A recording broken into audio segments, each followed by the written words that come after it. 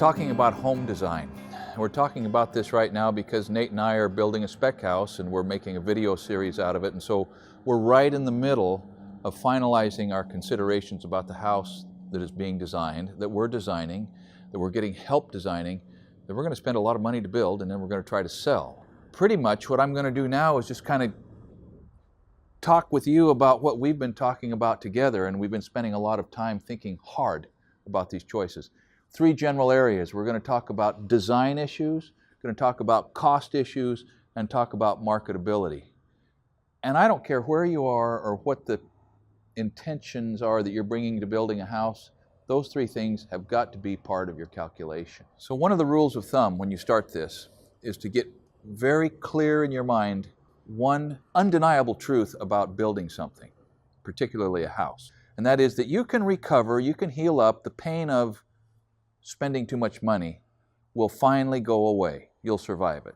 You can recover from, you will heal up from the pain of receiving bad workmanship from the people you hire. Will finally diminish and be dealt with and go away.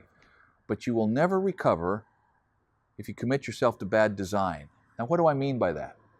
I mean, if you put your house in the wrong spot, if the location is wrong, if the location on your property is wrong, if the orientation relative to the solar exposure or where your driveway is going to be located, if the orientation of the windows in your house is wrong, then either you're not going to get a view, or you're going to get a view that you hate, or your neighbors are going to get a view that they're going to talk about a lot. And then pretty soon the whole neighborhood will talk about it a lot. You can't recover from that.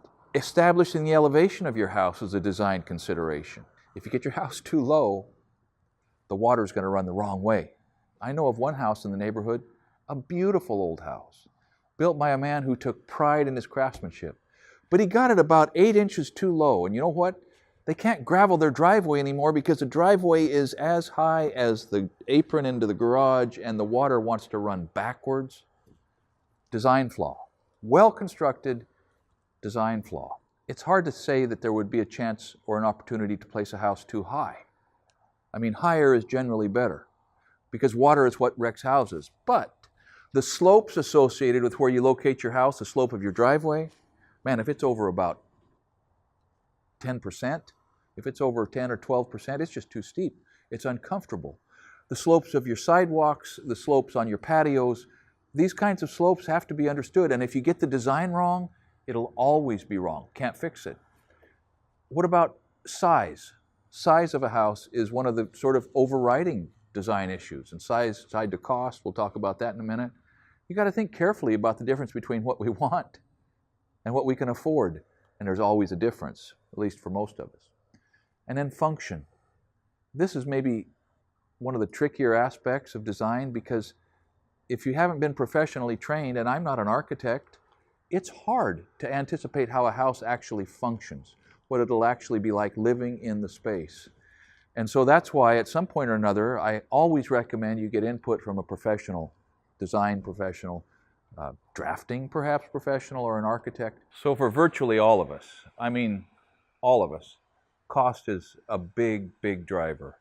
Whether you're doing this yourself or hiring, retaining a general contractor to handle all of the aspects of the process, dollars are the thing that we tend to think about and talk about first and most. And that is as it should be. I mean, that is one of the resources that's, at least in my world, pretty seriously limited. And the other one is my time. So your time is probably limited also. It's a finite resource. But let's talk about costs around the home you are intending to build. First, it's not just square footage, in other words, floor space, that adds to cost. It's cubic feet enclosed in the structure that add to cost. High, spacious rooms, grand foyers and entries. Cubic footage inside a house is directly related to cost because taller walls, taller roofs are slower and more material and all of those obvious things. So you can understand sometimes that by lowering, you can reduce costs. This sort of segues directly into single-story, two-story. A single-story house is more expensive per square foot than a two-story house because you are building exactly half of the foundation and half of the roof per square foot. One 2-story foundation gets you twice as many square feet of living space. I guess that's obvious. Now, there's not a one-to-one relationship. I mean, it's not that it's half as expensive, not at all, but it is less expensive to build 2-story generally than single-story. Now, here's an interesting thing. Typically, you think when people are, you see the walls going up, the floors being built and the walls are going up and the joists and the walls and the trusses and the roof sheeting and the fascia, and man, it's framed up and it's big and it's grand and the plywood is brand new, and you think, boy, they just spent a lot of money. Look at that. That house is built. Well, actually, only about 20% of the cost of a house is in the framing and the structure and the walls and the sheeting and the joists and about 20%. That's kind of a surprising number, isn't it? So when you're looking to save money on a house, framing is not the big target. Now, one thing that can kind of skew that framing number is the roof. There are expensive roofs and there are inexpensive roofs. And the expensive roofs are steep, they're multi-angled, they're multi-pitched, they have dormers, they have hips, they have all manner of decorations and valleys and hips and ridges, and they're beautiful. But they're expensive to frame, they're expensive to sheet, they're expensive to roof, they're expensive. Now maybe they're worth it, but if you can simplify your roof design, you're going to reduce your construction costs, at least in that 20% or so of the construction costs that are involved in the framing. So there's another very counterintuitive benchmark in construction. And it's not true in every case, but if you look at a house as a whole, to where you start at zero with the lot untouched, and when it's completely done, the landscaping's in and the drapes are hung, and I mean, it's done, 50%, halfway between start date and finish date is when the drywall is hung. How about that? People tend to think that, wow, when the drywall's up, we're almost there. We're going to be moving in a couple weeks. Wrong. Disappointment. When the drywall's hung, you're about 50% of the way home.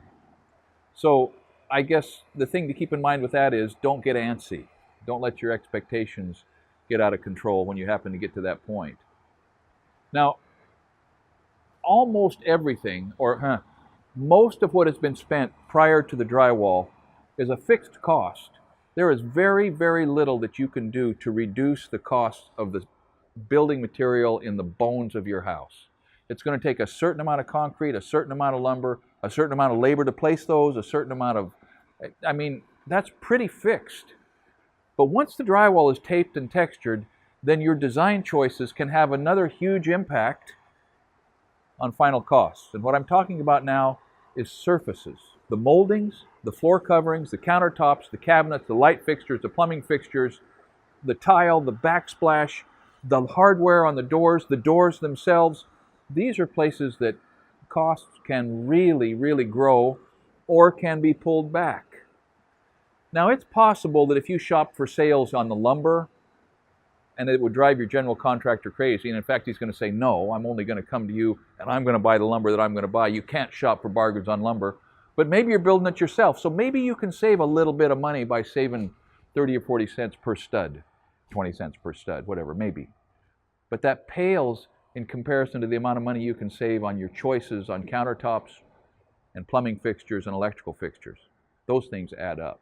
In this conversation about surfaces and discretionary spending for appearance, something to keep in mind is that the square footage, the size of your house, is a more valuable commodity than the surfaces that you install. What I mean by that is you can always upgrade surfaces, and if you live there over about 10 years, you will. Fancier fixtures can be installed. Chandeliers can be changed out when one comes by on Craigslist. You can upgrade the carpet, you can change from vinyl to hardwood, you can do things over time, but you're not going to change the size of the footprint of that house without a serious, serious outlay of cash that has to happen all at once.